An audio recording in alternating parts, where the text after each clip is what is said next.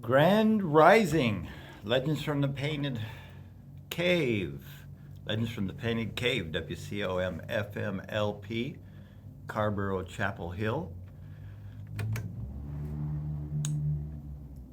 Legends from the Painted Cave, welcome. WCOM FM LP, Carborough Chapel Hill. Good to be with you here this morning again on this Monday morning. Rise and shine. You probably already got yourself getting going. Announcements in the morning.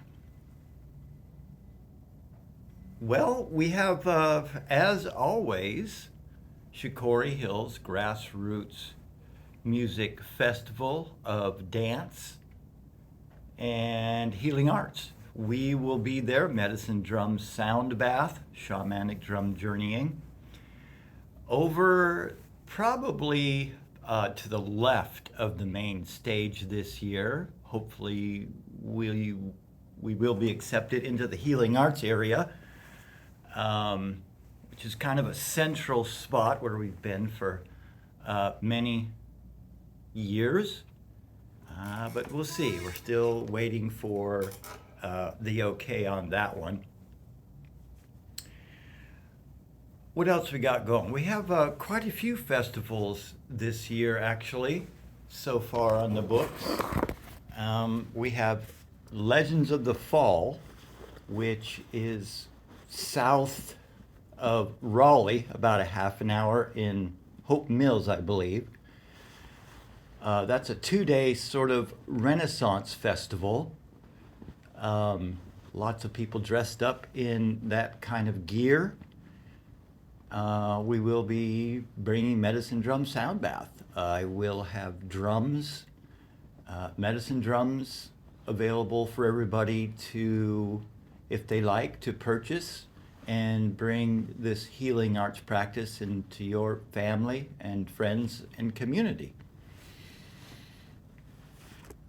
Right after that will be Shikori, first weekend of May always, and first weekend of October. And then the following weekend is, let's get over to that screen, is Casual Campout, which is, I think that's kind of southeast of Raleigh a little bit. That's a 3-day camping festival. Shikori Hills also is a camping 4-day festival. The first one, April 26th, 27th, Legends, Festival of Legends, is not. They're open from 10 to 7, something like that. Got to go home after that and come back Sunday.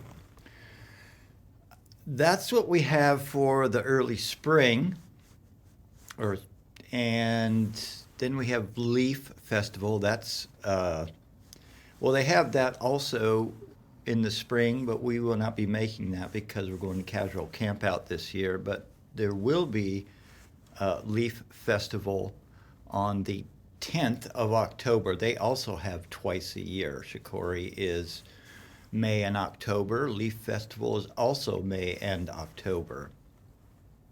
Looking into a festival in June 7th through the 9th. It's called Pangea. That's a camping festival. Waiting to hear back from them. There's another one I'm looking at. It's called the Noke, N-O-K-E Fest. That's June 13th through the 15th, also camping. That's in Virginia. Not sure which part. Waiting to hear back from them. So that's what we have so far. I'll be adding to the list as we go along. What other announcements do we have? We have, Samantha over at Alchemy Wellness Center in Sanford has just notified me that February 13th, she's hosting us for our Medicine Drum Sound Bath Shamanic Drum Journeying. February 13th, that usually starts about 6 o'clock, 6 to 7:30 in the evening. We're also in Carborough at Carborough Town Commons Park every Sunday, 5:30 to 7:30. I bring the mats and the drums, and we have a drum journey there at the park. Hey, Louie. Welcome to Legends from the Painted Cave. So glad you could be here. How about here? There's a heater. You can kind of get your feet on if you want. That's about all this little heater can do is heat the feet. Mm-hmm. Heat the feet, unless you want to. Yeah, it's not very warm. Arch right over them. Let's see, is that on? Yeah, it's on. What else we got going? Well, I think that's about it. Mm-hmm. We're looking forward to, I was talking with Christina at Lonza Coffee Shop, which is right around the corner. And talking to her last night, they had like 30 people in there last night at, I don't know, it was 6 o'clock or something, 6:30. It's a really popular place. And they have, seems like every night of the week they have a game night, a music night. Like every night they have something going on there. It's very popular. So I was talking to her about bringing Medicine Drum Sound Bath on Sundays so we can get inside maybe through the winter, which would be nice. Mm. Although we're outside and we do have blankets and dress warm. It works out pretty well. Inside would be nice. Yeah. So hoping to start the end of February. She's got a pretty big space there in her coffee shop, but in that office building just past the fire station, there's a big room opening up. Someone's moving out, and she's looking to secure that, and she said that'll be good for a sound bath. So they sound receptive and open, and we'll see how that goes. Maybe it'll be a couple nights a week, a couple Sunday evenings each month. Sam at Alchemy Wellness, just on the 13th of February, will be our next one in Sanford at her Alchemy Wellness Center in Sanford. They have lots going on there. You could hit up their website. They've got Reiki and a gift shop with crystals and incense and jewelry and all that stuff. So welcome Louie, as I like to call him, Louie the Monk. He's a scientist. He got a master's in chemical engineering. I did, yeah. And has decided that's not his direction for his life. At least not. At least, right. Yeah. Not precisely exactly. Like as far as finding a job, and at least not for now anyway. No, I've graduated to the spiritual engineering or something. Spiritual engineering, good one. So Louie likes to go to, there's a lot of meditating and, well, I don't know how much you want me to divulge about your life, I guess. Yeah, you go for it. Can I? Okay. Yeah. He likes to go to monasteries, 1, 2, 3 week, and meditate. And so kind of like, what's the routine at these meditation monasteries? Can you tell us? Yeah, it's usually pretty simple. It's just like you wake up at like 4 or 5 a.m. There's a morning meditation, then like breakfast. Usually like after the meals there will be like a work period. You do just like helping in the kitchen, doing dishes. Like more in the summer there'd be like yard work and stuff around the grounds that you would do. But yeah, after breakfast there's like a work period, and then like a few hours of free time, and then lunch. And then basically the rest of the day is just you kind of meditate. I usually spend a decent amount of time reading because I don't know, there's only so much. And unless it's like a silent retreat, I feel like there was only so much meditation I wanted to do. Like, if you did like the full like only do the scheduled things and then meditate the rest of the time, I think you probably meditate 6 hours a day or so, just like the normal schedule. But if you really wanted to like stay up late and stuff, you maybe do like 10 hours.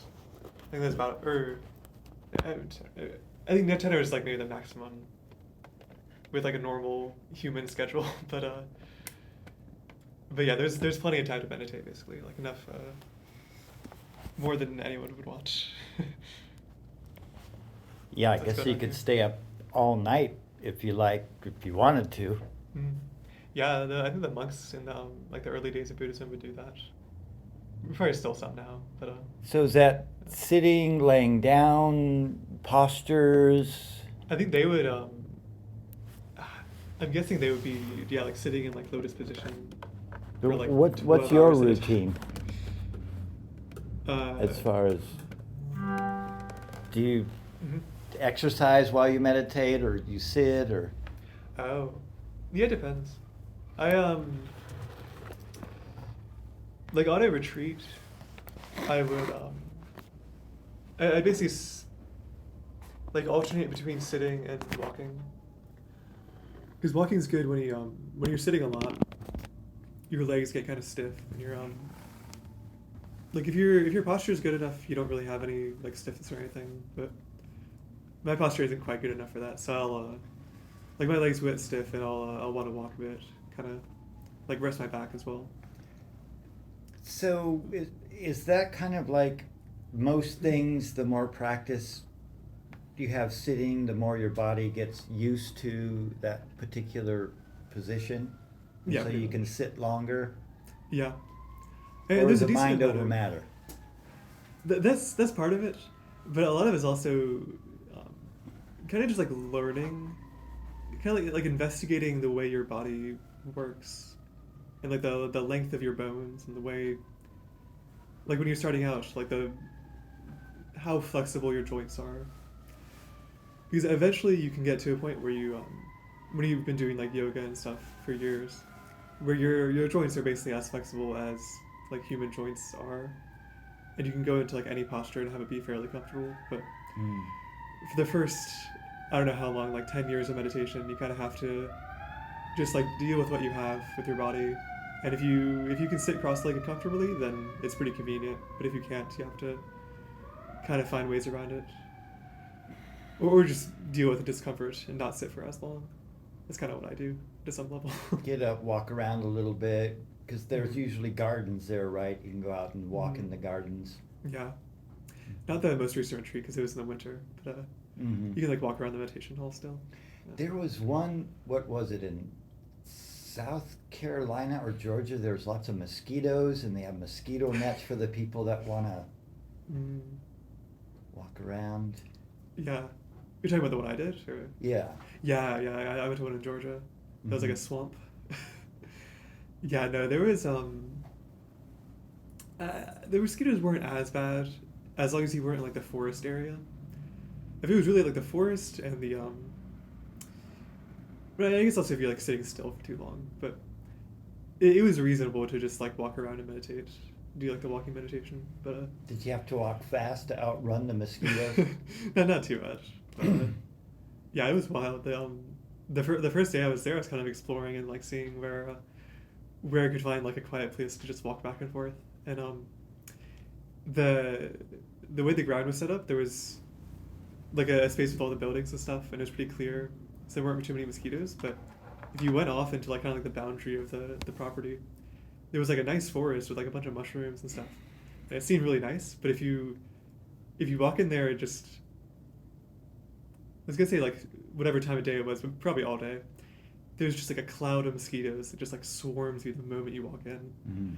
which yeah, Swarms. swarms, yeah, like at least like 5 or no, that's not that much, but when you're getting stung by a mosquito or bit by mosquitoes, it's Mhm. yeah, any mosquitoes is unpleasant when you're meditating. Well, you know, I guess they don't really bite. It is more of a Mhm. sting because they put their needle into the pores of our skin. Yeah. I hadn't really thought about that. It's like butterflies, flowers. They have like the thing they stick in the flower, except it's our skin instead of a flower. Oh yeah, butterflies have yeah, they have kind of a tongue sort of thing that goes down. Hmm. Yeah, Yeah. down in there to get the what, pollen or The nectar. the nectar. Yeah. Yeah. Yeah, that's nectars. That's a like a pleasurable, like pleasure, Hmm. like sugar, a sweetness when we have when we eat sweets, we get that little hit of pleasure. Yeah. That's one of the things that the this kind of relates to my practice in Buddhism is there's a bunch of stuff I've read or like heard in talks that I just kind of like would pick up random things that kind of come back every once in a while. There's a sort of thing where some of them are very useful because it'll be like a meditation technique or something, but some of them are just random things that just seemed interesting to me.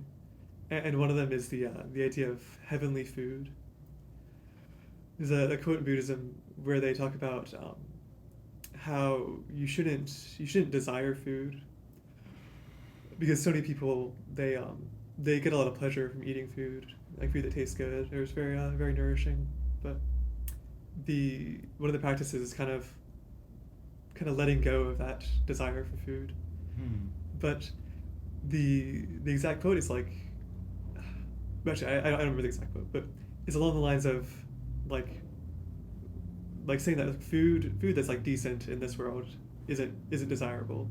Food that's like good in this world isn't desirable either, and even the food they eat in the heavens isn't desirable.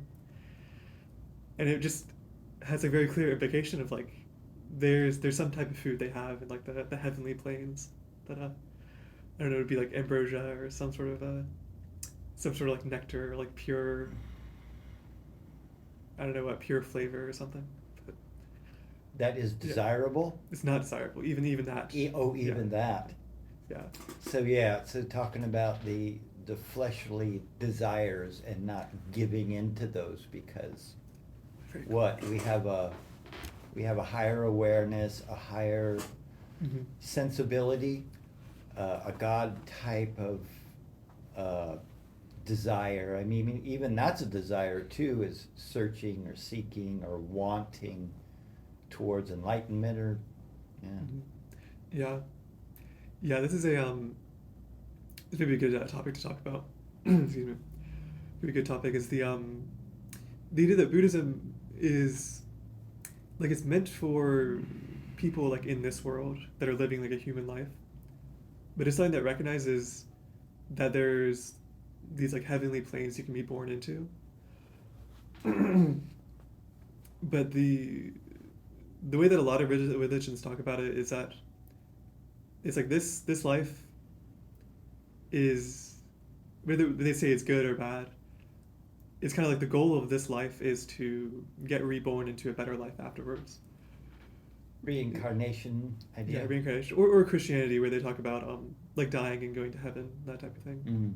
Even if they talk about heaven as being like an eternal place where you like die here and you go to heaven forever. But regardless of the fine details, the key in Buddhism is that they say that you can be reborn into heaven, but the goal is to really like stay in the human realm, because the human realm is a place where you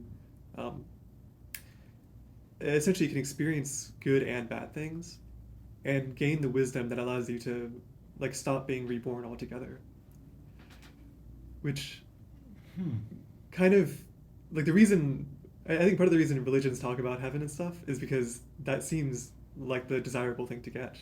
Like not being reborn seems like the worst. Oh. Like you're dead forever. But it's kind of like the key in Buddhism is to understand why it's good to not be reborn.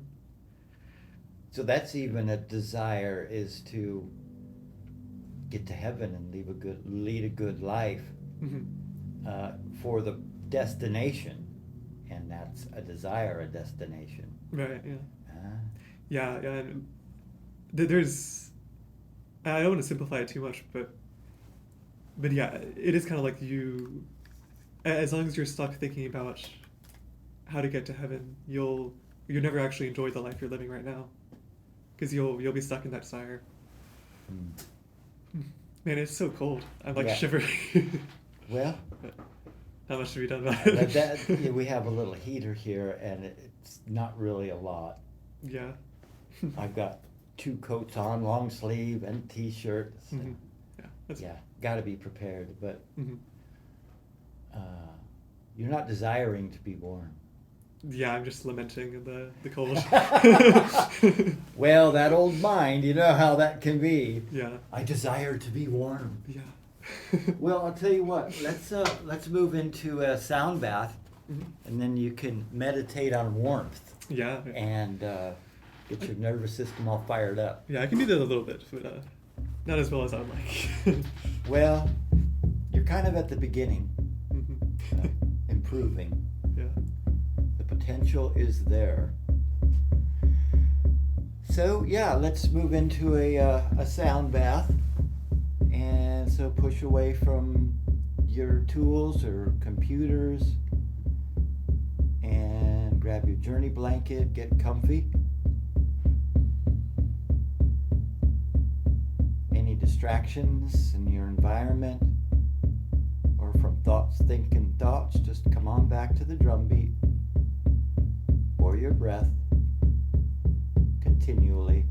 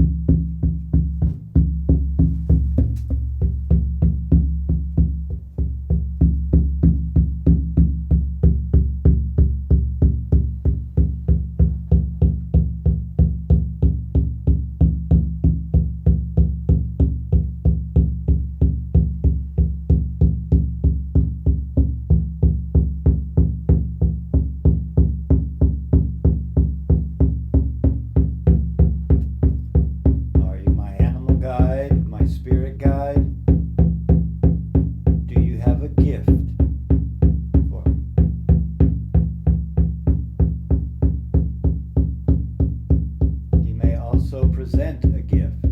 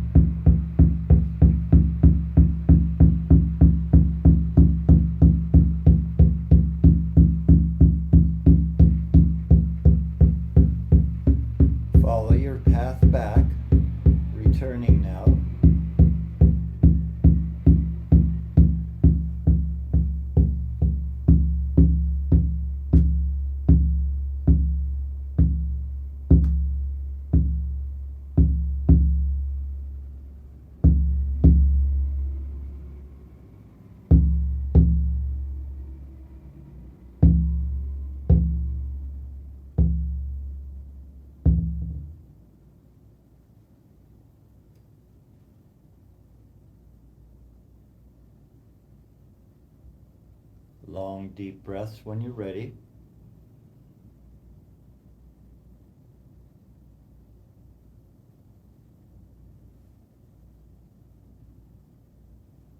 Welcome back.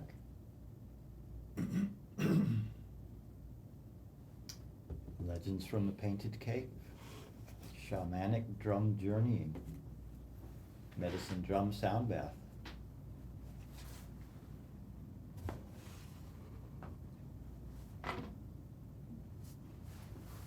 Well, we did have a caller. Next time I'll take the phone off the hook before the, although it'll do that beep, beep, beeping thing. Yeah. Hmm. That's funny. Do you think it was someone like listening to our show? No. Yeah, I was gonna say they probably wouldn't call during the journey. Right.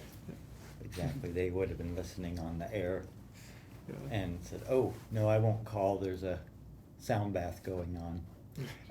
Every once in a while, someone just calls in to the studio to ask a question, not from me, but from the general staff. Yeah. Seems like they should have two numbers, one for the studio and one for. Yeah, I doubt we would have the right answer. But Yeah. we'd give them a very interesting answer, probably, to whatever question they had. Yes, meditate. Meditate on that Yes. person. Ask your You'll- spirit guide. Ask your spirit guide. Did you want to talk about something on your mind that you want to specifically address or talk about? Because, we think about this a few days ahead of time and say, oh, I think I'll. Yeah. I think there's definitely a few things on my mind, but nothing that I immediately want to talk about. I think I'll just kind of let things come up as it seems right. Okay, well, I've got a few things on my mind. Yeah. Words. Words, yeah. The word of the day, the last couple days, is pure. P-U-R-E. Purity. Purifying. Our body, for instance. We eat food. It gets dissected, and it makes, and the more pure the food, the more healthy and better our organism functions. Pure as like some food out of the garden, opposed to some man-made food, for instance. Mm-hmm. Purity of our emotional being, purity of our spiritual being, or purifying, which means getting rid of negative thoughts, or understanding them really, not really getting rid of them. We want Transmuting to them. integrate, right? And there's this like the purifying fire sometimes we hear. Fire is a changing sort of element. Throw something in the fire and it changes from, wood to ash, and Or from ore into metal. from ore into metal. Yeah. Can destroy or purify. Yeah. So purifying. This life, seems like the whole of life, is a purifying sort of effect. Mm-hmm. I guess at one level, it's not just the one thing. Mm-hmm. Yeah. Yeah. Well, yeah, you can see it as purifying or like destroying. It's like our body is constantly destroying things, but it's also constantly purifying itself. It's like there's always the balance of both. Alchemy. Mm-hmm. The mixing of different elements to make something else. Is that a definition of alchemy? Mm. How would you I don't define know. that? Yeah, it's hard to give like a clear definition. Mm. I think like transmutation is what I'd say is like the like combining things to transform them into something else. Mm-hmm. I feel like alchemy as a whole is like you can't really I don't know if there's like a clear definition. I mean, there's alchemy. You could look one up, but I feel like I wouldn't. Mm. I don't feel like I could give a definition like what all of alchemy is. Alchemy, I guess, on its most simple definition would be change. Hmm. Yeah, just like life. Yeah, Yeah. right? Hmm. Changing thoughts, changing emotions, Hmm. changing gas in our cars into energy for Mm. fuel. Gosh, what is not alchemy? Right. Yeah. Actually, there's one way you could say the but this makes more sense maybe to me, but that Buddhism is like the pursuit of enlightenment, whereas like the goal, like the kind of like the structure that leads people to enlightenment, whereas alchemy would be the structure that leads people to, I don't know, creating the philosopher's stone, or like creating gold from lead, something like that. Hmm. It's kind of like their equivalent of enlightenment. I was reading about that a while back, and the pursuit of. No, I just think pull it towards you. Oh, right. The pursuit of mixing minerals together, iron and tin, and different minerals to try and get gold Hmm. out of the mixing and heating of elements or cooling them or whatever it is like a personal journey for the individual's transformation in their trying and their efforts and their successes and, well, failures, and learning how to overcome expectations. It's like a personal journey of inner transformation. Yeah, And that's really the gold. Hmm. Because as far as I know, no one's really done that. No one's like physically made gold Right, yet, right. as much as there's been trying.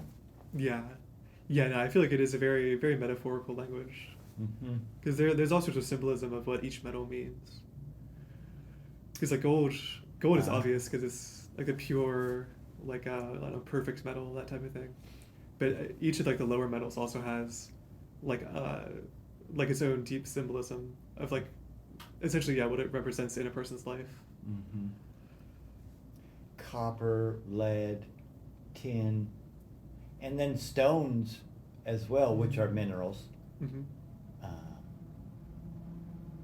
yeah. Yeah, I don't know how stones fit into it. I guess stones are like beneath lead, kind of. Because they say that lead is like what, like the beginning, like the starting point of everything. Oh, it's a base metal. Yeah, it's like the prima materia. Oh, like really? The prime material. Yeah. Mm-hmm. But I guess that's why it's not physical, because the stones are obviously more base than lead, because you get lead from stones, like specific stones. But, I guess in the purely metaphorical thing, they stop at lead and have that be the least pure thing, even though it is already purified. Because it is what it is. Right, it's a metal, yeah. Yeah. Yeah. Which I guess that's how the mind is. Like the human mind isn't, like, even a very impure human mind is still more pure than something that isn't a mind. Just like the chaos around us, that type of thing. Chaos. Chaos, yeah. Gotta have some chaos. Yeah. Well, nature Yeah. can be very random. Well, from our perspective. Yeah. But yeah, it's I guess to stay on topic, the fire that purifies things is like I guess there's like we're talking about kind of like the earth element, right? Like metals and stones, but fire can also be pure, or chaotic and not chaotic. Like you have like a candle flame. It's a fairly like constant, like pure flame, whereas like a fire burning in like a fireplace, it's very chaotic. All like the wisps of smoke and or like the curls of I don't know what you call it, like the shape of the flame. It's very, very chaotic, but very like hotter and more powerful. Oh, you know? as a fire's burning, right, burning some logs, it comes to points and curls and many Mhm. different shapes. Right, right. Whereas a candle, it's one steady flame, Yeah, non-chaotic. yeah. And it's like you could use a candle as like a light for like a desk or something, but a fireplace like heats your house and you could cook food on it and that sort of thing. So it's not like it's not like a candle is better because it's less chaotic. It's just it can be used for something finer, but you need something chaotic for the more powerful transformations, the more powerful. I don't know what like you can't. It's like you could build a building with steel beams, but it's a lot easier to build it with stones, that type of thing. Like the more chaotic forms of elements, more chaotic forms of matter and energy are more plentiful and more. There's just like more of them to use as like building materials and I don't know, sources of energy and things. I like what you said about the fire. A bigger fire is more, we need that for more transformation. That wasn't the word, Mm. but it was something like that. It's like we need that chaos for transformation, for transforming big things. How'd you say that? Yeah, yeah. It's I don't remember how I said it, but yeah, it's like you can't yeah, like if you're trying to cook like a meal, no matter how many candles you have, you'll never be able to cook it because the candle flame it's very like stationary and very like clear. Consistent, Yeah, steady. yeah, but it's not powerful enough. Mhm. And in order to have a powerful enough flame, you need like a huge like a pile of wood that's like burning chaotically and sporadically. But it's like that is like even the thing you're getting out of it is like a purification process. The source of it is this more chaotic fire than what you could have kind of. Well, I don't know. I always, right. Well, so always speaking in metaphors and thinking, well, how does this apply to my life at fire? Mhm. A chaotic fire with lots of power, lots of energy, lots of heat, or a candle. How does that relate to my life? The the candle and one steady flame is like everything's going along smoothly. Things seem to be working out. I feel pretty good. You know, my job's good, my family's good, you know, everything's kind of good. It's a steady flame. But sometimes I need some big event, some dangerous thing to happen, some random accident to Mhm. almost like kind of get me out of my mundane, average, ordinary experience, which can be kind of like depressing. And it's Mhm. like, wow, nothing ever happens. I'm bored. Yeah, I need something to happen, and start- it's got to be some big, chaotic event. yeah, you start getting too cold. You need a bigger fire. Cold-hearted, Yeah, cold minded or something like that. cold-minded. But so there's nature, chaos, can be very consistent. Mm. Uh, but then again, earthquakes, floods, hurricanes, fires, forest fires, to shake things up. Mhm. Yeah, get you out of the routine. Yeah, Hmm. to get you out of the routine. Routines are great, but I don't know, what is it about us that we get bored?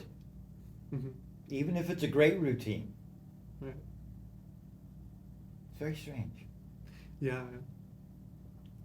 Mm. Things are going too good. I need something wild to happen. Right. Yeah. I don't know. It's our nature. Yeah. It's almost like what we actually want isn't for things to be good. It's like that's what we think we want, but we really want is like the balance of good and bad. Because if it was all good, we would just get bored. Or it would be heaven. Right. Right. Joseph Campbell, one of my longtime teachers, one of his statements is, I don't think it's so much that people are looking for a reason for living, more like the experience of feeling alive. Mm-hmm. But it's a balance again, like you said. We need those crescendo moments, but then we need a lot of routine that works well. Mm-hmm. You know, too much of one, too much of the other is too much of one or too much of the other. Too much consistency is boring. Mm-hmm. Too much chaos and newness, like new events happening all the time, it's just too much. Mm-hmm. We need some quiet time and some consistency. Yeah, you burn down the whole forest if you We always burn down the whole forest. Always having bonfires. Yeah. Uh-huh. Right. Mhm. It's curious like that. Yeah. Well, curiosity. Mm-hmm. But yeah, that's just kind of how it is on some level. There's But why? Why? Yeah. I was at a men's group a while back, and the one guy kept saying, "Why?" Like, yeah, there's, people are, sometimes so mean, and the government, and control, and fear, and all of these things. Why is it like this? Why are people like this? And, it's like, yeah, well, life is like that. But he, kept on, for an hour, the same thing. And I'm like, dude, it's just the way life is. Right. Nature, everything eats everything. It's Mm-hmm. not personal. It's Mm-hmm. just the way it is. I was getting a little, can we move on here? Yeah. I want to say something too. Right. Yeah. The question of why is very interesting, because it's so really is fascinating. Yeah, because it brings, it brings you so much knowledge and so much understanding, and so much just insight about the world. Keep questioning. Yeah, to constantly be asking why. But eventually, I feel like you get to the point where you don't actually gain anything from asking why. It's like you keep gaining knowledge, and you keep seeing deeper into things and taking things apart finer and finer. Mm-hmm. But eventually you realize that you're not actually gaining the peace of mind. Because the peace of mind and the acceptance and just being okay with things, you can kind of get that without asking why at all, and just immediately accepting things. Mm-hmm. But it's so hard to actually do that. Well, that's Yeah. those are kind of like the duality. Mm-hmm. It sounds like to me, where we can constantly seek and investigate and ask why, and how far does this go, and how far can I go with this? And then there's the other way, just, there's no need to investigate anything. Right. Everything is the way it is, and I feel good with that. Mm-hmm. Yeah. And it's so, I feel like I'm maybe the type of person, in some type of a personality type or something. Whereas I'm the person that's always asking why, and always, at the very least, always thinking about things and trying to figure out why I'm unhappy or that sort of thing. And it's for that type of mind, it's very hard to accept the simplicity of it. I think of how simple it is to just enjoy things, or how simple it is to just sit and not need something else to be happening. That's a big one. Yeah. But I think there's so many people where it's kind of the other way around, where it's they find that part really easy, just sitting and enjoying life. And it's hard for them to kind of get out of that comfort and go into the state of asking, why do I care about this thing more than this thing? Why do I need to do anything at all? Or why do I feel like I need to do something? Because I feel like that's an innate human thing, that no matter how comfortable you are, you always feel just a little bit that you need to be doing something. Mm-hmm. Something needs to happen eventually. But until then, I'll just sit here and feel bliss and feel comfortable in my environment, and not question why is nature and people the way they are. Just accept the fact that, hey, it's okay. I'm not under threat. Mhm. There's no one pounding on my door. There's no one trying to steal something from me. I'm not in a fight and flight and protection and hyper vigilant because I'm not in a threatening environment. So I can literally just sit here and feel calm Mhm. and peaceful. Yeah, that Yeah. yeah, it's very Try hard. that, everybody. Right, totally.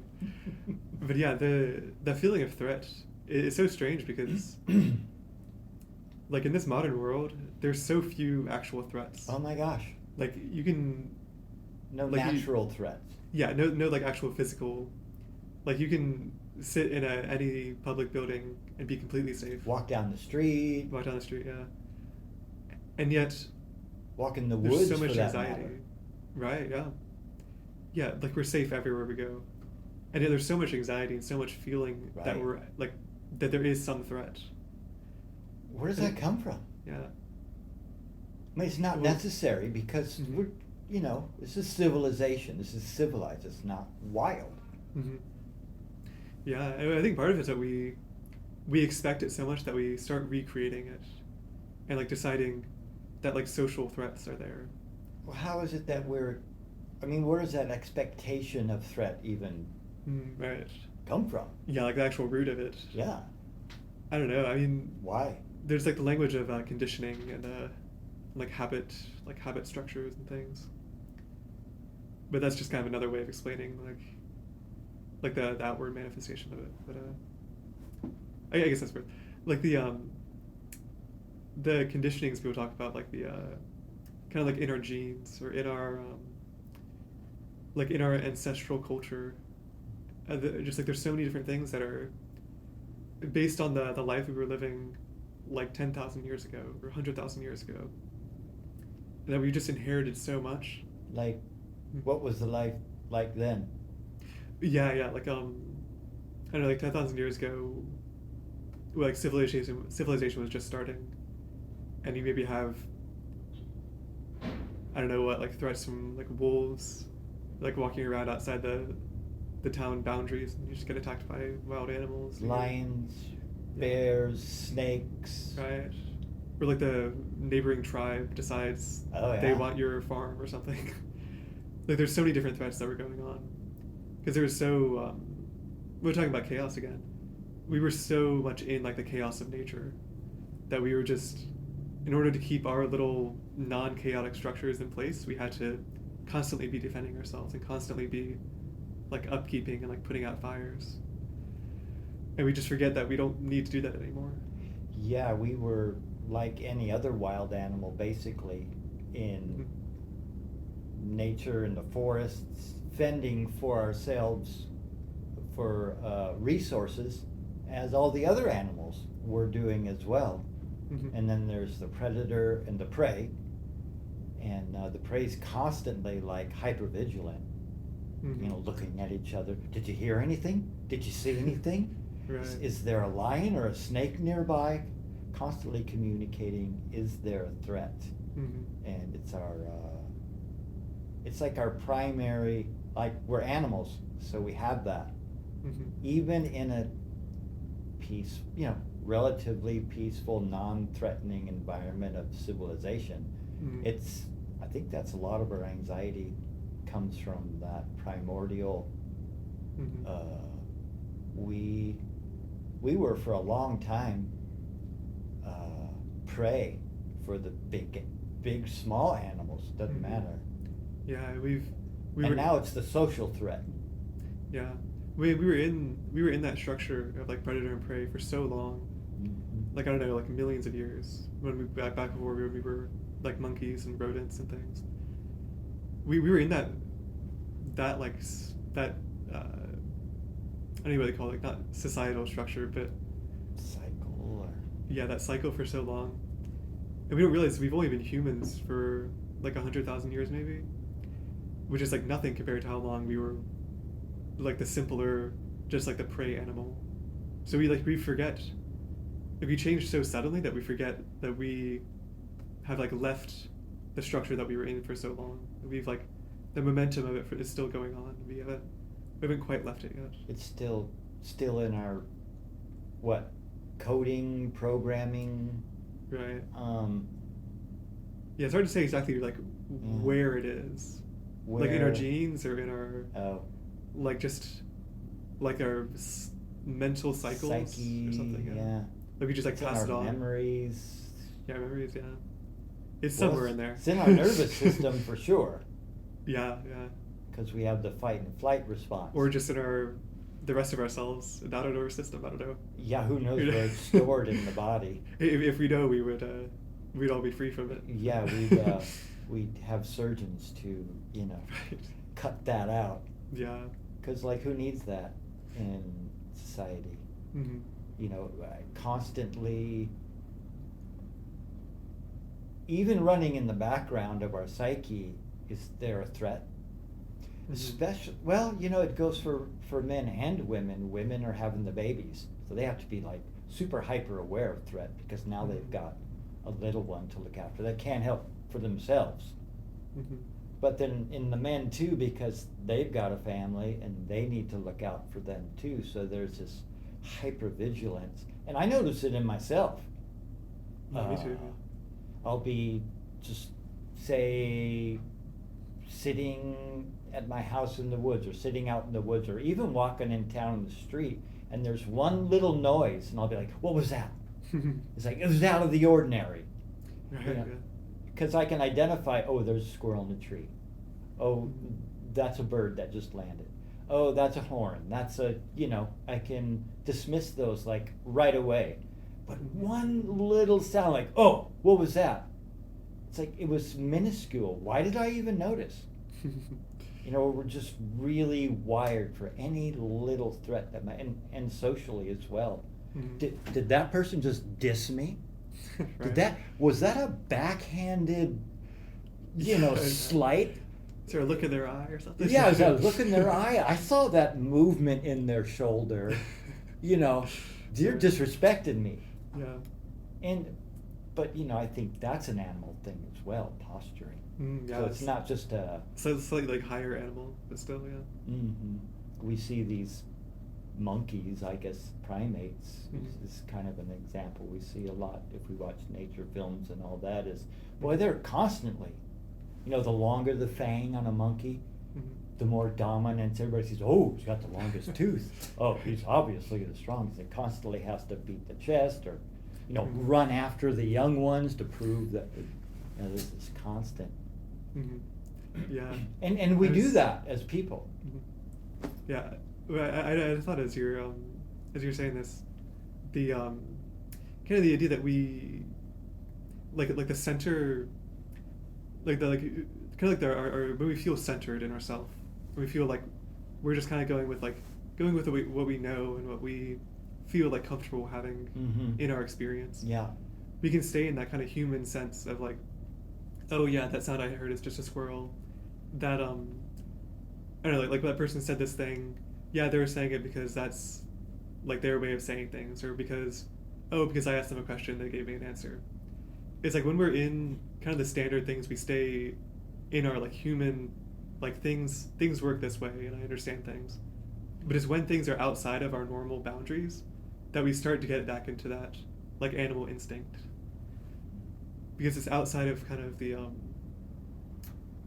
don't know, but kind of like our island of like stability, almost, of like our island of like structured, like the structured world. And when all of a sudden something happens that's like too far outside of our structure, all of a sudden we're back into like the chaos of the ocean. Back into threat, something's trying to get me. Right, back into like the old programming of just like you know too little of what's going on, and you suddenly have to get to like you have to like act. You have to act on so little information that it brings you back to when we used to be animals that always had very little information, and it returns you to that kind of mental pattern. Something's gonna eat me. Right. I have to run Mhm. or freeze, because that's a way of coping with the environment. Mhm. I'm behind it, but don't move because that lion won't see me if I just sit still. Don't run. Right. Sometimes I wish I had a cloaking device. It's like I'm feeling a little nervous maybe in a social environment, and I just want to hide for a second. Right. And that person or that the situation will change. It's always changing, Mhm. and I'll feel better. Mhm. But then it's just a matter of saying to ourselves, it's cool, be cool, it's okay, this will pass, everything's fine, Mhm. just having a reaction somehow, it's all right. Mhm. In modernity, in our modern world, is you got pills in your pocket, take one, you'll be Right. fine. Yeah. And just the act of knowing that we have Yeah. a coping mechanism, a pill, for instance, Mhm. just the act of eating and the hand and just that'll relieve the thing. Yeah, the familiar action. A familiar action, yeah. Yeah. Oh, that's interesting. Yeah, familiar action. Yeah. It's what you think I feel like learning to train animals would be a very helpful thing in this type of thinking. Like, if you know how to Oh. train, like, I feel like a dog or cat's easy, but you learn how to train like a lizard or something. That's really interesting. Yeah, you could train the that lizard you part say of yourself. that. Yeah. Yeah. Yeah. When you get back into like the lizard mind, you can, like, your human mind can come in and be like, all right, just follow this trail of food or something, or like get yourself warm or something like that. Whatever the lizard needs, kind of. Well, that reminds me of like if I'm busy in like kind of a training mode, Mhm. training animals, or Mhm. like you said, animals that we don't usually train, we have to learn kind of their personality or whatever. That's like training myself Yeah.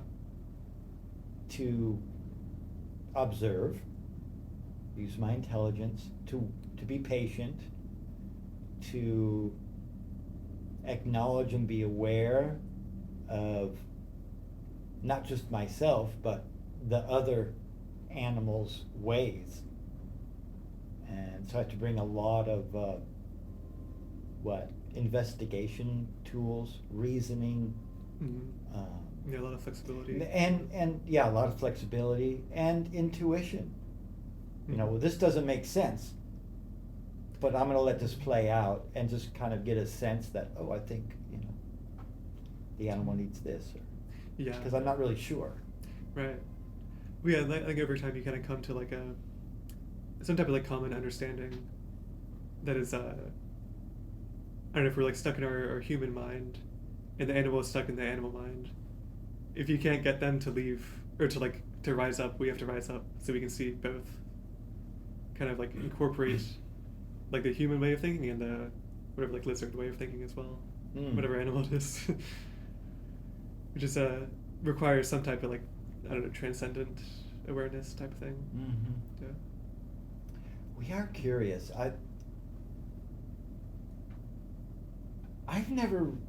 I've been the type that was like really not questioning a lot.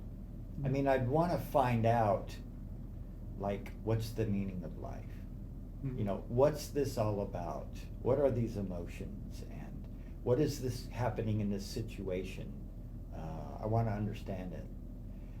But to actually have the scientific mind and say, okay, well, here's one part, here's another part, here's another part, let's write this down, let's document this, let's try to find the correlations and the elements that I can understand that fit together and the ones that don't, and how to maybe get an overall view and then write it down and have a thesis.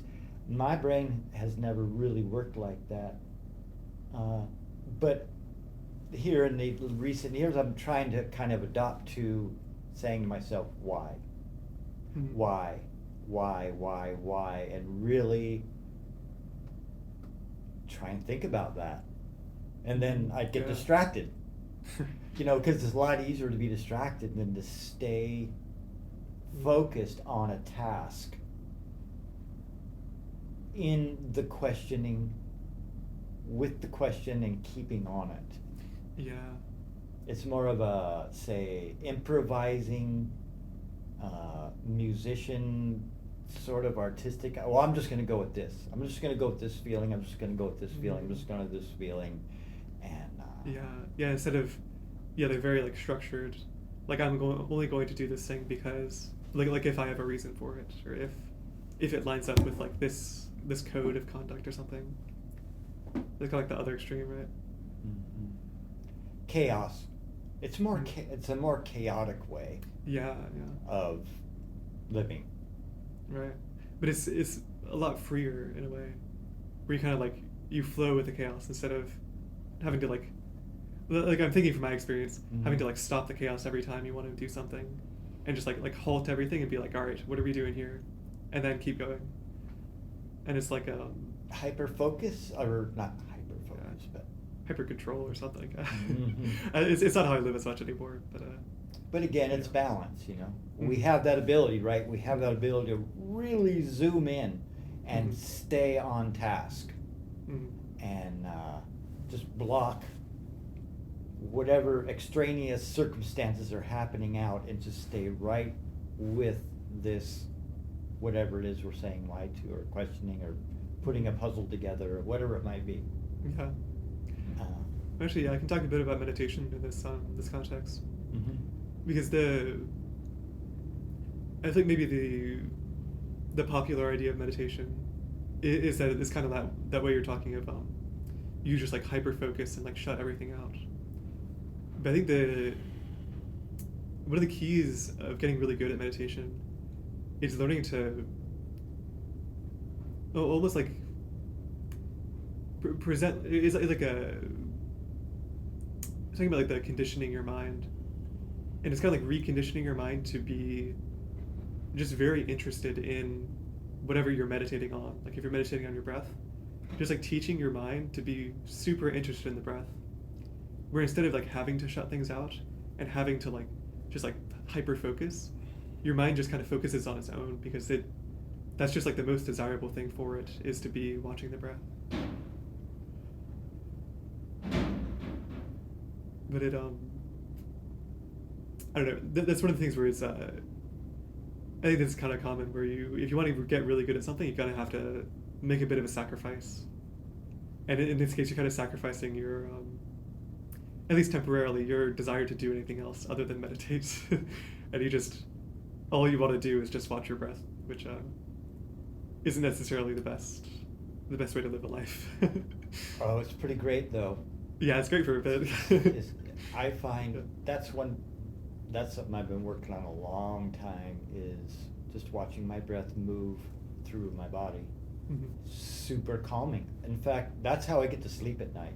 Yeah. When my mind wants to review the day and go back to past circumstances, that's what I do. Is I watch my breath moving in and out, and almost always I like right to sleep, because it's just very quieting to, and it's really gentle to do that. It's like I'm not trying to figure it out. Right. It's yeah. just observing my breath moving. And my latest thing is to do this in my day, my waking day. I'm just sitting, playing phone or thinking about a job or what I want to do. I'll just stop that and just watch my breath. And I want to do that more and more, because it's so relaxing. Yeah, it's so I mean, grounding, there's right? no cares, no worries, no threats, no ghosts, no nothing. Just quiet and calm. So yeah, it's the best thing to do.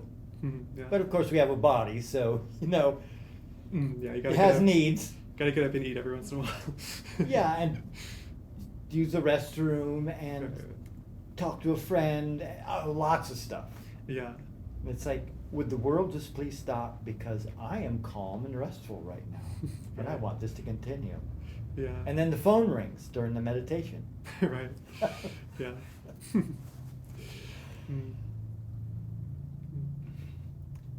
Yeah, the breath. Meditation is the best thing to do. Yeah, yeah.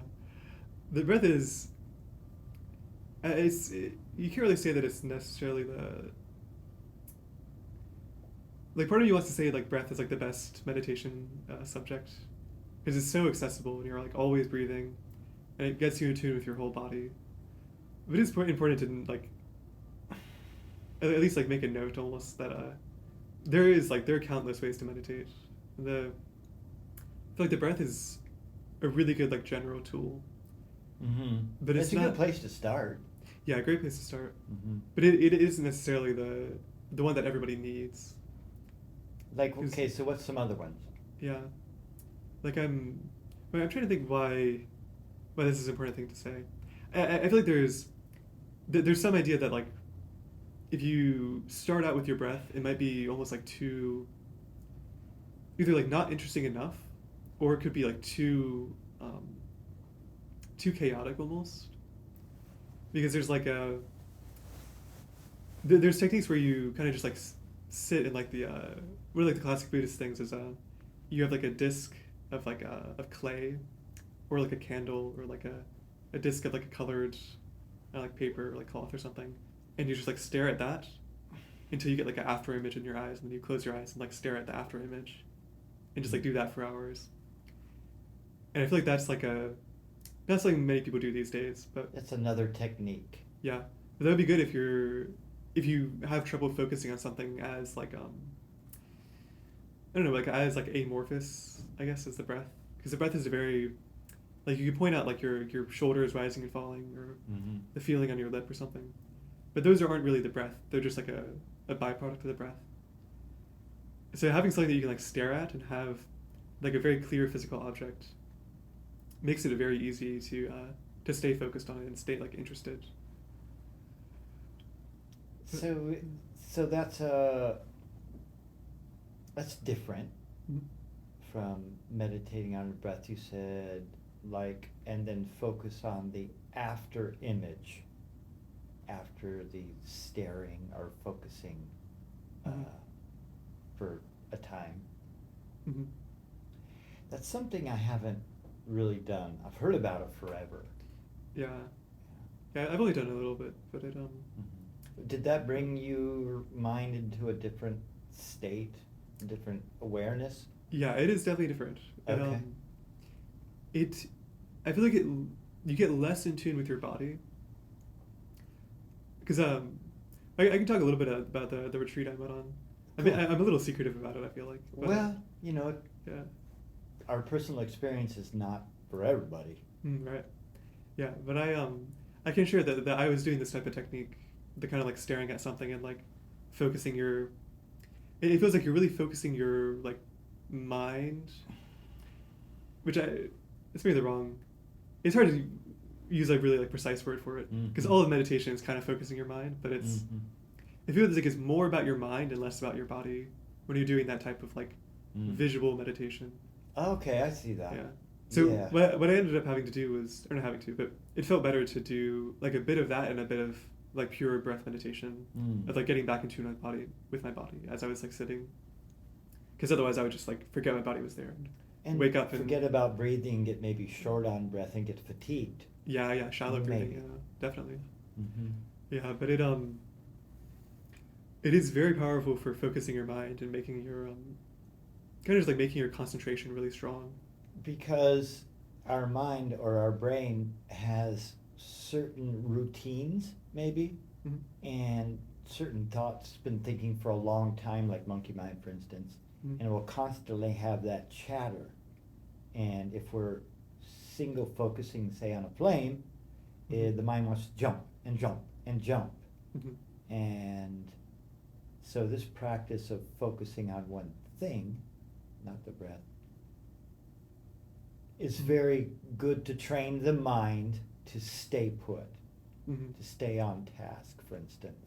Yeah, but it is definitely limited though, because I think the breath meditation is almost better for kind of getting back in touch with the monkey mind. Oh, yeah? Because I think what I'm talking about here is it's good for like ignoring them, or like kind of getting the monkey mind out of the way, Mm. and just like like maybe it's in the background, but you focus, and eventually it stops talking.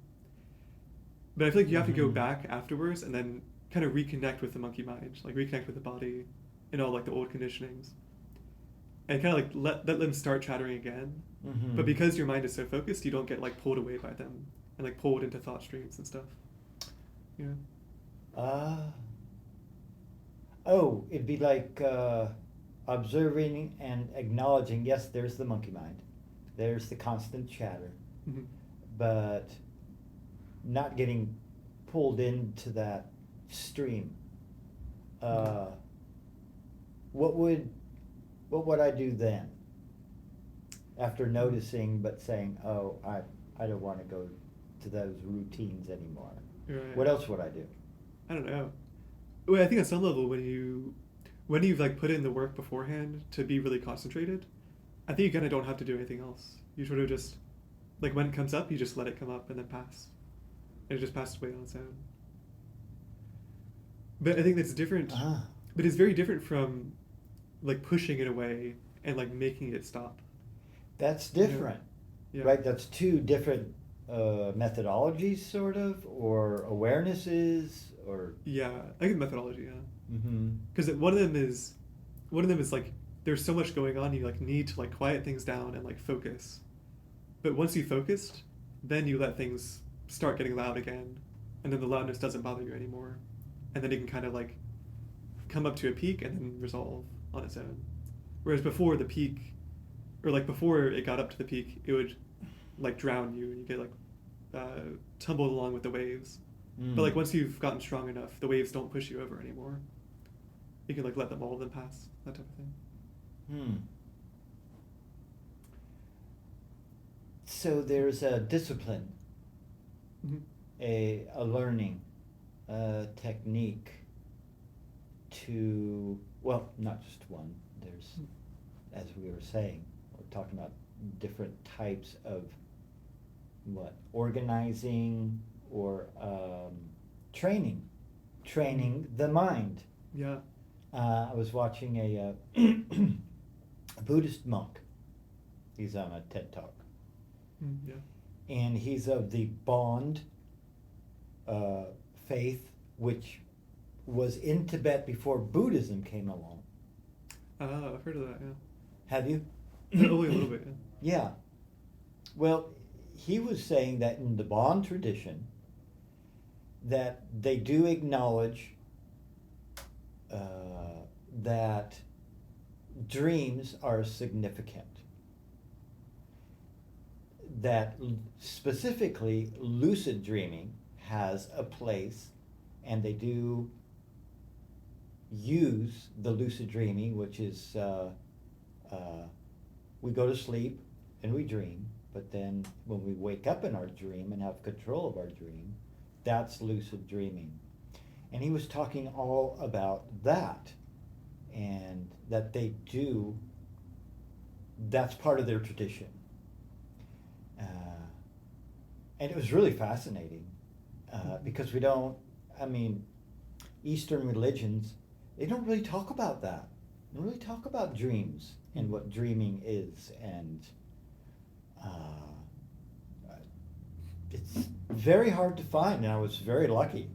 Yeah. I That's cool. feel. I just typed in, what did I put in? Shamanism and dreaming, maybe, and this guy came up. It was quite fascinating. Yeah, that's cool. Yeah, the dreams though have always felt like kind of almost like a blind spot in a lot of, I don't know what, like thinking structures. It's not the word, but like people just kind of ignore Or dreams. belief systems, or Yeah, belief systems. Yeah. faith systems, or Hmm. Yeah, because dreams are so significant that it's like our brain just, or like our body goes to yeah, I sleep. mean, like, and what the heck? Yeah. It's like a third of our life. Right. Well, I mean, we don't dream the whole time we're asleep, scientist says, but still. Yeah, but it's so different than our normal life. So different. And it's like almost the reason people don't talk about it is because it's so hard to incorporate into any system. Well, it's symbols. Yeah.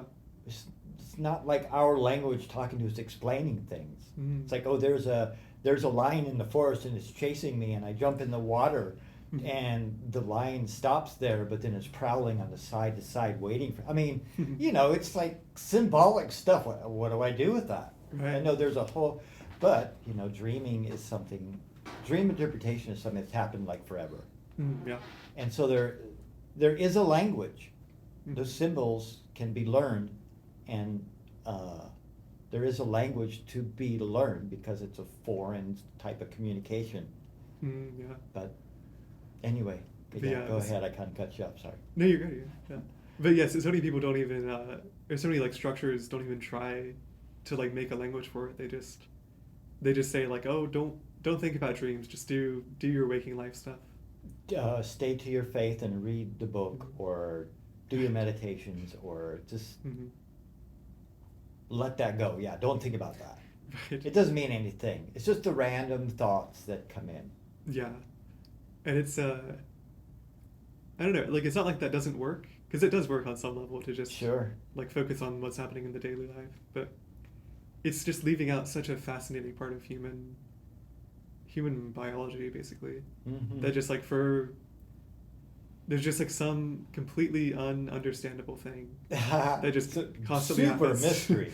Yeah, and it's like even the languages we have for it are so limited that it's like we have symbols and we have ways to interpret it that like give people real benefits and like really help make sense of things. But at the end of the day, it's like, even if you understand what happens in the dream, do you really understand what the dream is? Like why you're dreaming or how you're dreaming? Or like, I don't know, there's no real core of understanding that I've ever heard of like what dreams actually Well, are. it's like asking, where does life come from? Where does Right, a dream right. come from? We don't have an answer. Right. No, we really don't. Yeah. So yeah, the best we could do is just either ignore it or make some sense of it, and to hope people don't keep asking why. Well, so you know me. This is a big fascination of mine. Dreaming, the dream world, spirit world, lucid dreaming, and spirits. It's all mysterious stuff. Mm.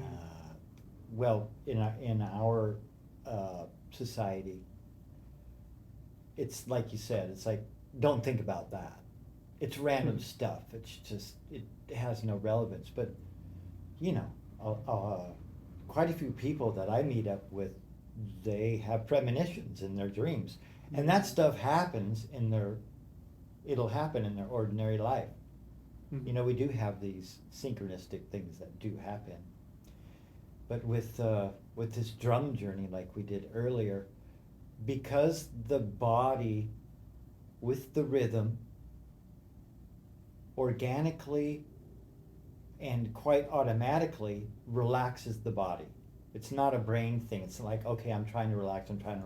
The drum rhythm and vibration does that to our body. And our brain sometimes, which is kind of a bonus. Our mind, our monkey mind, quiet.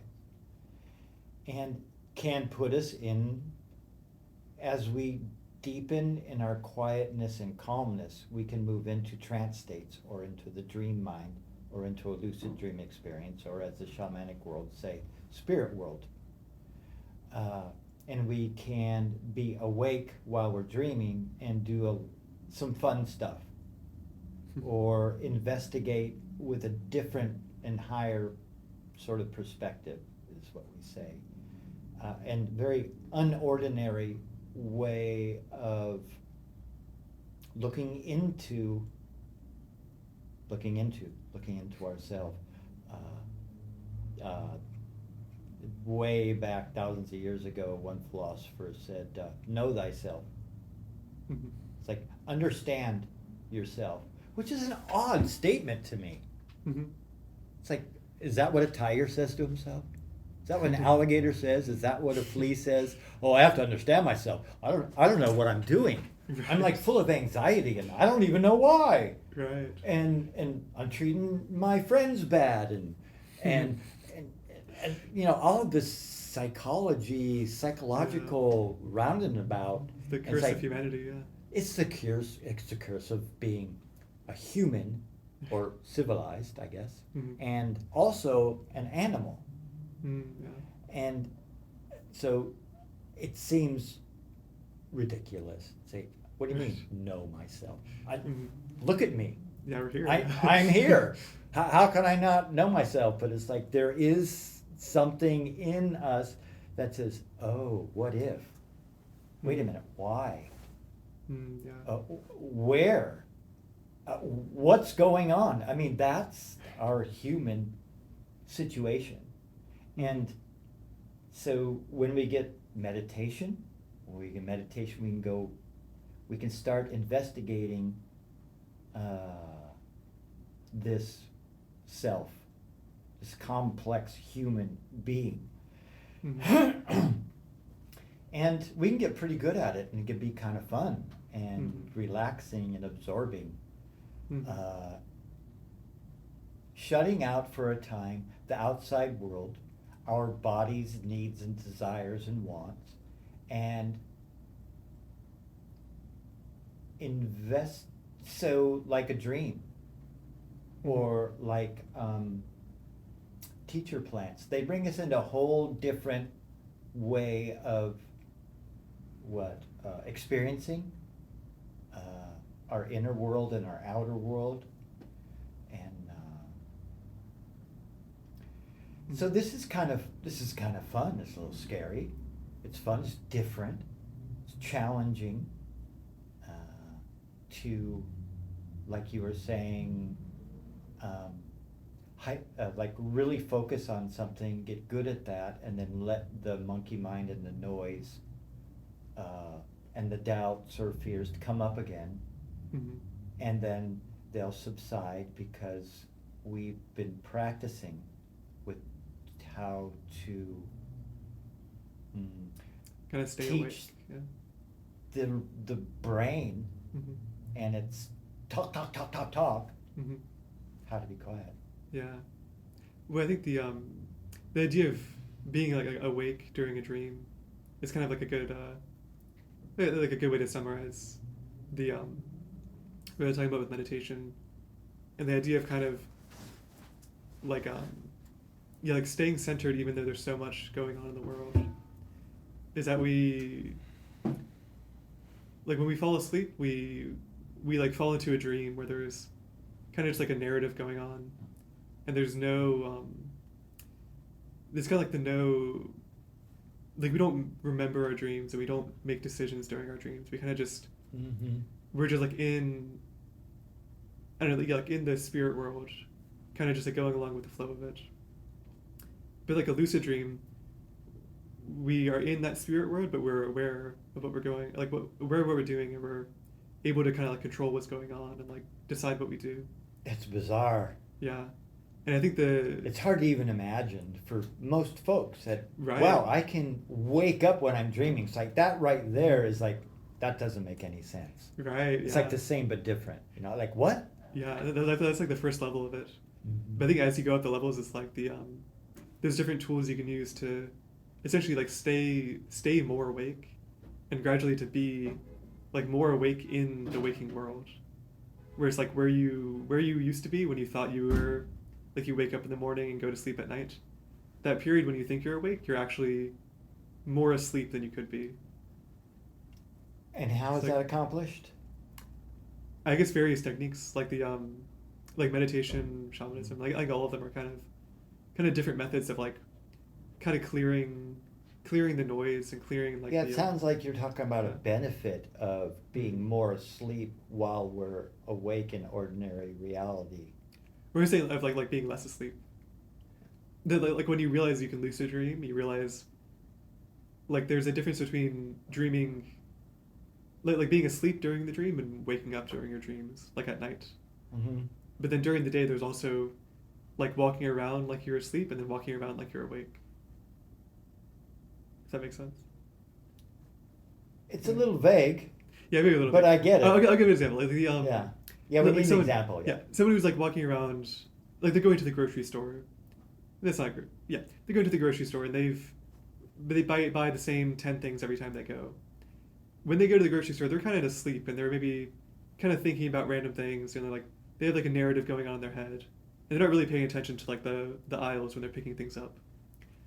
But someone who is going to the store for the first time, So that would be kind of asleep. yeah, they're kind of like in like a half awake state, where they kind of like they read, Mm. they make sure they're getting the right things, but they don't think about what they're getting Mm-hmm. or like make any decisions. But someone who's going for Yeah. the first time is like constantly thinking about what they're doing, and they're like very like alert and aware. Kind of what I'm talking about is like when we're doing like a lucid dream sort of like journey, is like you're more like someone who's going to the store for the first time, and you're like doing something new, and you're like making a lot of work, or making a lot of progress, like accomplishing a lot. And when you're just like sleeping at night, your brain is still doing a lot of stuff, but it's kind of just going around in circles and just like having the dreams that it has, and you're not really like guiding it or like moving it upwards. And kind of what I'm saying is like in normal life you can do the same thing where you Mm.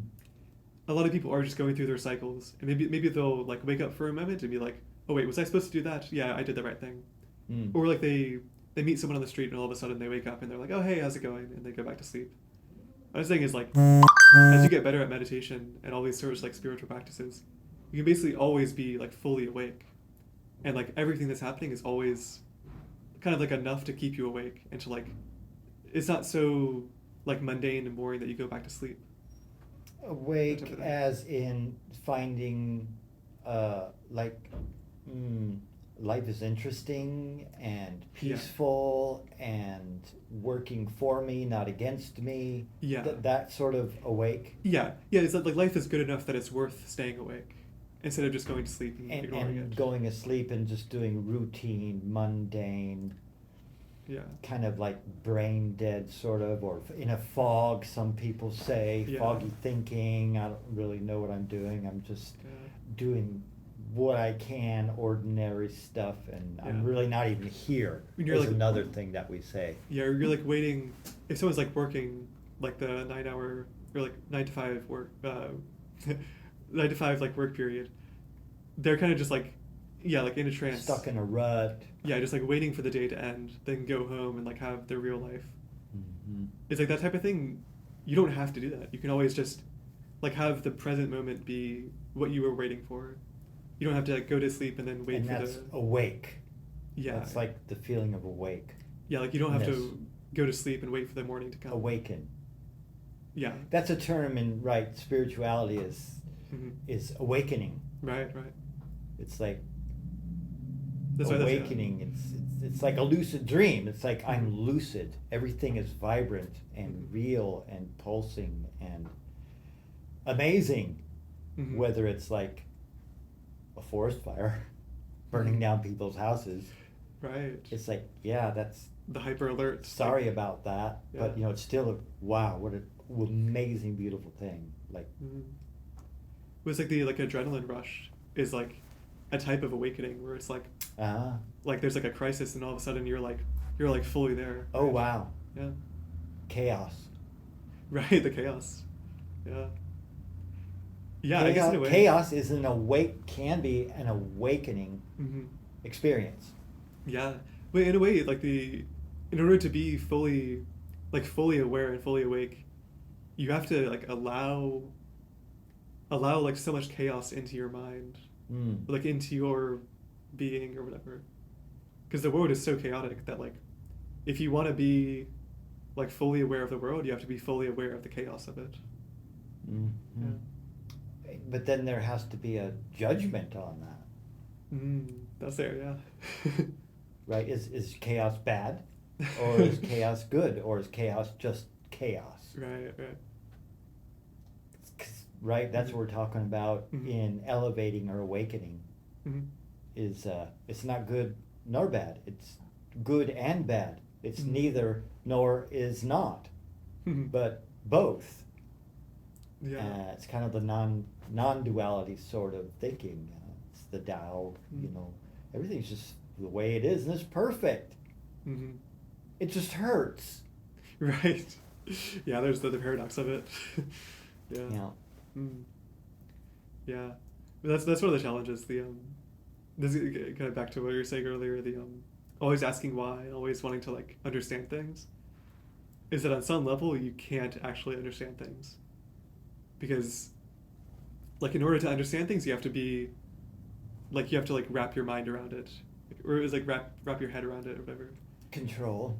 Yeah, you have to control it and Mhm. put it into a box. But there's always something outside of the box. Always something outside your head. No. And Yeah. then a lot of people turn to faith. I don't get it. I can't do it. I Right. need God's gonna like handle the whole thing. Yeah, they put themselves It's in the like box it's just instead. too much. Yeah. I mean, it's too much. Mhm, So I'm just gonna do what I can do, and the rest I have to just leave to whatever. Okay. Yeah. And trust. Mhm. Yeah. Which Yeah, isn't. my friend's got cancer. The other one's got cancer. It's like I have to trust that everything's gonna be okay. Yeah. Even though it's really sucky right now. Right. But now we're back I to mean, pain. Yeah, and it's actually not. Like, there's nothing wrong with living that way, and it's kind of like there's a reason that's the instinctive way to do things. You kind of just. I don't know. Like if life is hard, you don't have to like try really hard to just accept all the pain of it. Like if life is gonna be bad for a little bit, it's not so bad to just like kind of have faith for a bit and like not question things and just like weather the storm. Mm-hmm. Which I don't know. I think it's like you can't always do that. Well, I think so many people. if we can release into that, Mhm. that's a blessing. Yeah. Instead of fighting. Mhm. You know, why me? Right. Why do I have to have this? Makes my life so hard, and I'm making other people suffer because of my, we can go down that rabbit hole too, the whole victim thing. Yeah. But I think that's a real, Mm-hmm. we're really fortunate if we can say, well, okay, big picture, I've got this illness. Mm-hmm. I got a cold. It'll be over in a week. Mm-hmm. Say, okay, well, Right. it's going to be uncomfortable for a while, but it'll be finished. Yeah. That's, I mean, how many levels do we have to do that with of experience in life? Mm-hmm. Yeah, and you definitely need the balance of it because there are, like you're saying, there's so many levels and so many difficulties in our life that A lot of challenges. that if we just have faith in everything and we always say like I have this pain but it's okay, like there's this higher power, that works. And it's not like as long as your life goes moderately well, that's going to work for your entire life. Mm-hmm. But if things start getting really bad, Consistently and keep. if things never get better, you kind of lose faith and you start like if you've never gone to the other side of it, of having no faith and just trying to question things and understand, Mm-hmm. if you've never experienced that, then you kind of fall into like the Dark Knight type of thing, where like you lose all your faith. Rebellion, Yeah. frustration, Mhm. victim. Yeah, and it's like you kind of like thrown things out of balance, and like the Mm. world throws you back into balance, and it's not yeah. So that's chaotic.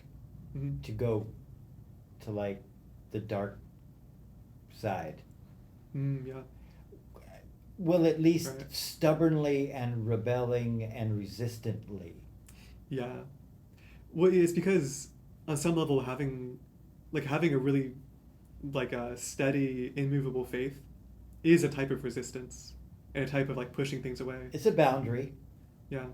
And it's not like I'm not saying it's like a bad thing, because it's not bad to do that when you have like a strong boundary in place. Mm-hmm. But if you always have that boundary and you never let it go, then eventually it becomes a bad thing, because the chaos of the world like is eventually going to come up to you, and that boundary doesn't work anymore, and all that resistance and all that like steadfastness suddenly is a huge burden, and you can't float and you just sink in the chaos. In the chaos and depression, and people kill themselves Yeah. over this sort of thing. Mm-hmm. It's like it's just too heavy. Yeah. I see no way forward. Mm-hmm. I've been carrying this load and this defense and this wall from chaos in the world Mm-hmm. and nature for so long. I'm done. I'm finished. I've seen it all.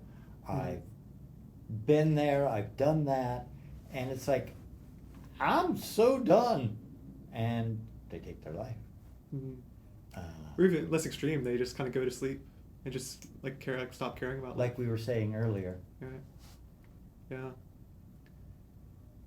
But yeah, it's just about a matter of Wake up. kind of, yeah, like waking up before the alarm goes off, kind of something like that. I've woken up before.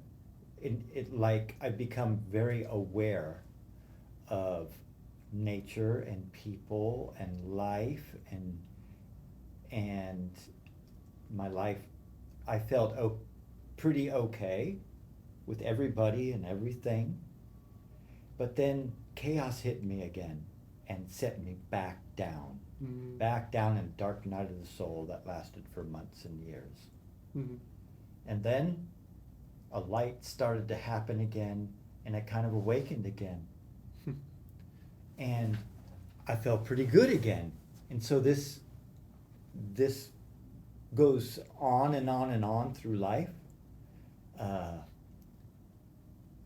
And that's kind of the point of life. I mean, that's kind of what we're doing, Mm-hmm.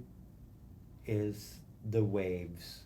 You know, it gets challenging, and then things kind of equal out. And it gets challenging again. We get an illness, or someone sick in our family, and then we overcome it, and we're strengthened. Mm-hmm. And Yeah. that's kind of our pattern, right? Right. If it doesn't kill us, it makes us stronger, sort of thing. Yeah, it's difficult not to judge and think like when things are good, this is good, or like when things are light, it's good, and when things are chaotic, it's bad. And I think that's what keeps us in that cycle, is that we try to keep the good things and we try to push away the bad things. But yeah, just accepting that cycle as like the human condition is a lot of progress is made. A lot of progress is made. Mm-hmm. Because we can have a victim mentality, and it's super destructive. Mm-hmm. I mean, it's not a place of awakening. It's not a place of comfort, stability. It's not a place of flow. It's not an up and down. It's just down. Yeah. I'm carrying this whole burden. Mm-hmm. And it turns a lot of people to religions. It's like, I need help. God, take this off of me. What in the world? I don't understand it. Right. And we have this epiphany sometimes. Mm. This revelation of, oh yeah, God. Right. God's doing it. Yeah. God lifted my sorrows and my weight. Right. But it's like it's kind of like a trick. It's a trick. Yeah, kind of like a trick. It's a trick. A trick epiphany, yeah. Because it's not completely wrong, of course. Because if you're really suffering, It's not wrong, because it is our human experience, Right. and a lot of times. and it really helps. Mhm. But the thing is, it's not complete. And if you just stay in that this system of praying to God every time things get bad, things are always going to keep getting bad, because God can never really fix your problems. If God can do everything, and if God's not fixing my problem, I'm not then praying there is no enough. God. Yeah, there is like yeah. And now what do? I was just praying to God and was fixing my stuff. Yeah, gotta get a different God. Got a different God. That's a funny thing. I guess we're getting low on time. Maybe Getting close. yeah. This is actually a fairly short thing to talk about, but the idea of to me, it's like a huge misunderstanding that religions talk about God as like there is a God, like a single God. Mm-hmm. But then they say all these things about God. Like God has like these opinions and says like this is the way to do things. Or like listens to this type of prayer but not this other type of prayer. Mm-hmm. And it just seems like from the perspective of someone who spends a lot of time like doing these spiritual things and really thinking about these, it's completely absurd. Because the idea that there could possibly be like a single unified God that has like opinions. Like how could that God have opinions? Yeah. But it obviously people that have this those beliefs don't really think about that way. But but yeah, it doesn't make any sense. Like there is the possibility of a unified God, and there's a possibility of gods with opinions. But the gods with opinions, there's like countless, infinite gods with opinions. But the unified God is something that can't have opinions and can't actually be like expressed in words. And Beyond yeah, beyond words. beyond our yeah. human ability to Mm-hmm. understand or Mm-hmm. understand. Yeah, to place human That the standards. transcendent is transcendent. Right. Yeah. We can't talk. Words don't describe. It's Right. no describing. Yeah. Yeah, it's like the Alan Watts And if quote. if gods have opinions, Yeah. they're just like me. Right. But of course that can't be. Mm-hmm. They're gods. Yeah. For so many people that works for them. It's just like, oh Yeah, yeah, it God is works. just like me. Yeah. But it's like they haven't seen the rest of the picture. but yeah, I really like the one Alan Watts quote is like you can't say what reality is because reality isn't words. And it's like, I don't know, but when you really feel like the truth of that quote, it's very Mhm. very powerful. Well, that's a trick. I mean, it's like we're being tricked. Mm-hmm. It's like here, we'll give you salvation and heaven, and all you have to do is like follow this list. These Mhm. are what God said Right. you're supposed to do. God has opinions. Mm-hmm. Yeah, it's so easy. And gosh, humans were so confusing. And we're so Mhm. frail-minded. Yeah. It's like all I can do is to get some food, to keep a warm house, and not beat the kids. It's all I can do. I mean, I can't. Mhm. Yeah. It's confusing. Yeah. People and things and government and gods and It's when Wow. your life is difficult, you have to like kind of simplify things and say like these are the things that I have to do, like these are the challenges of my life. And if someone tells you about a god or tells you about like the solution to those specific problems, a lot of people just don't need to think any further than that. It's like, oh, you solved my problems, that's all I need. They don't start thinking like, why did I have those problems in the first place? Or like, will this solve my problems forever? That type of thing. give us 10% of your money Right. and come to the congregation and hang out with everyone else that's doing the same, Mm-hmm. and you'll have friends and you'll have a place to belong, Mm-hmm. and we'll give you the rules And you'll have just that enough. you can follow. Yeah, just enough. I don't know, knowledge, salvation, just enough to solve your problems. No more than that. No more than that. Yeah. Mm. The transcendent is transcendent. Right. I realize I falling back into my pattern of judging. I don't know, other religions. Yeah, well, so easy to do. It's so easy to do. It's so much fun, but Yeah. it's Well, very yeah. unknowledgeable, Unenlightened. unwise, unenlightened, yeah. Unawake. Unawake, yeah. But we're growing a little bit, Mm-hmm. you know. Yeah. We're flawed creatures, Yeah. but we're not Right. We're the flawed perfection. the flawed perfection. The flawed perfection of Yeah, ability. and it's so fascinating. It's like we're this two-part creature. Well, at least anyway. Right. Yeah. You know, we're like Depending we're on how you like- slice it. Depending how you slice, we're like this needs and wants and desires and beliefs. Pushing this towards and, me. Oh, am I? Yeah. Let me scoot back a little bit. There we go. Yeah. And we're so focused on our earthly needs and desires and our society and our kids and our boundaries and our protections and war and government. It's all this worldly stuff.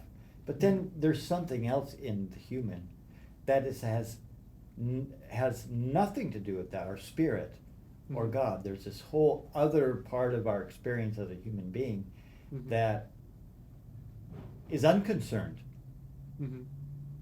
and enlightenment and not caring about the worldly things going on. There's a Mm. divine awareness Mhm. of that everything's perfect the way it is. Yeah, the There's no cosmic- need to change anything. Cosmic awareness sort of thing. Cosmic, and so like there's these two definitely different things that don't really go together like two magnets on the opposite sides, Mm-hmm. but yet they're both in one body and one Right. mind, and we're trying. And it seems like always trying to negotiate these two different ways of thinking to be one thing, Yeah. or at least to get along at the very least. Yeah. Well, I have a good It's wild. yeah, a good like science analogy that like all the physics we have, like the Newtonian physics, works like perfectly on Earth. Like everything on Earth is explained by Works perfect. But then you look out into the stars and it's just like nothing makes sense anymore. But then they have another type of physics. And I don't know. Actually, I don't know enough about that to get deep into it. But in theory, you could have another type of physics that's based just on the stars and just based on the galaxies and stuff. Mm-hmm. And that would work perfectly for that. But it wouldn't work at all for things on Earth. That it's like there's some, like if there's any solution, it's found by having something that works for both Earth and the cosmos. Balance, we say. Mm-hmm. Yeah. If they're both bad, let's throw them both out. Let's make up our own. Right. Yeah. That won't work. That never works. Because we yeah. have a body. Mm-hmm. We can't just throw our body out. Right. Well, we could. I guess that would solve everything. It's not quite. We would just be just the top half and not the bottom half. So most people do, yeah. And that's not even getting into technologies that we're in today, Yeah. which have never been, well, at Yeah. least in our history. Yeah, technology throws a wrench in everything. It's like Everything. a third. I feel like if we're talking about the animalistic human and the cosmic human, technology is just like a third, fourth, fifth sort of thing. That just And takes that- us in another direction. Yeah, it's something new. Yeah. This The has next- not happened. Yeah. Humans, Just about it. Law of one, or technology is the next octave. Oh. maybe. I don't know. the next octave, that's an interesting way Yeah. to put that. Yeah. Humans, We have to end the show, right? humans, got a couple minutes. It was just like a teaser for the next. Yeah, show. it was a teaser. Humans making humans. Mm, That's what we're doing. yeah. That's what technology is doing now. Mm. Yeah. In reverse. Like going back in time. I saw one thing about they're taking brain cells Mm. and putting it into kind of a gel and putting this into a rodent, Mm. and it's learning. Oh, cool. Like they're. They took out the other brain Oh, they're like giving the rodent. and they Like put an in the artificial new brain. one. Oh my god. Yeah. It's a gelatinous brain, man-made brain. Yeah. This is humans making humans. Wild. That's what we're doing. Yeah. I thought they should do that with mycelium instead of brain tissue, like brain cells. It worked It would definitely work, yeah. totally. But we're so self-centered. We gotta make it Yeah, human. that's brain. too easy. No mushroom mice or something. No, or we can't patent it. Oh yeah. Yeah. There's no money in health. Right. That's why we're sick. That's why we're made sick. Mm-hmm. Yeah. Keep them sick, sort of. Yeah, Big. I think that's where the money is. Big conspiracy. Yeah. Yeah. It's not so hard to say that that's a real thing. Yeah. It's just hard to live that life, or live in that reality. I try not to. I don't. Yeah. I'm just. That's the previous octave. That's the previous octave. No, Yeah, it's- I'm pretty fortunate. I've always been, for whatever reason, interested in medicinal plants, Mhm. and so I wild forage, and so a lot of my vegetation comes straight out of the, Yeah. it's not from the store, and it's not, no pesticides, well, So it keeps me pretty healthy, I think. Mhm. But yeah, big ag and big farm, Mhm. the big drug and all that. Mhm. Uh, We're not sponsored by them. they don't. Yeah, it doesn't bother me. Yeah. It doesn't bother me Isn't the show? because- You're supposed to end the show 5 minutes before. Well, you know, Do they not care? that's what it says, and I was doing that, but then there'd be a 5 minute gap as I'd come back and listen to the show as I recorded, I see. Yeah. and so I'm confused. Yeah. I guess it's like redundant. Yeah, so I It- started doing it to the end, and it was Yeah. to the end. Actually, it's probably more for if there's another show coming in, like people coming in, they need time to set up. Because the next show's recorded, right? So you Oh. don't. Now that's really interesting, and that Mhm. makes sense. Mhm. That makes sense. Yeah. That's, I can understand that. Mhm. Because we used to, when we first started, a couple of years ago, we'd go right up to the minute, and the guy that came after us would play records. Yeah. And so we're trying to finish up, and he's trying to get in here and do his thing, Mhm. because I wasn't ending 5 minutes before. And then I started ending 5 minutes before, and there's this big gap, and I'm like, Because they switched it. Yeah. and now I go to the end. Yeah. Nice. Because all the other shows go to the end. There's no 5 minute gap. Anyway, Mm. Legends from the Painted Cave. Thank you, Louie. Thank you. That was very fun. Magura, for joining us in the show today. Our resident traveling monk and Yeah, scientist. not actually a monk. Not actually a That's monk. good to clarify every once in a while. But if you need monk advice, Louie's here. Yeah. Anyway. WCOM FM LP, Carborough, Chapel Hill. So great to have you, Stu. We could have talked for hours. Yeah. That's kind of the feeling I have. Mhm. What we got? 10 seconds? Okay. Peace. Shikori Hills is coming up. Mhm. Yeah, give us a shout if you want to go to a festival. Mhm.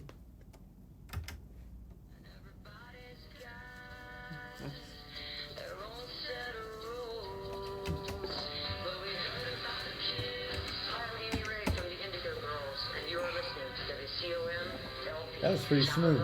Yeah, that's good. Not always, but that one was. Yeah, yeah. Okay, red is on. Right, so. Yeah. Mhm. Okay. Mhm. Well, that was that. Yeah, that's it. We talked about some good stuff.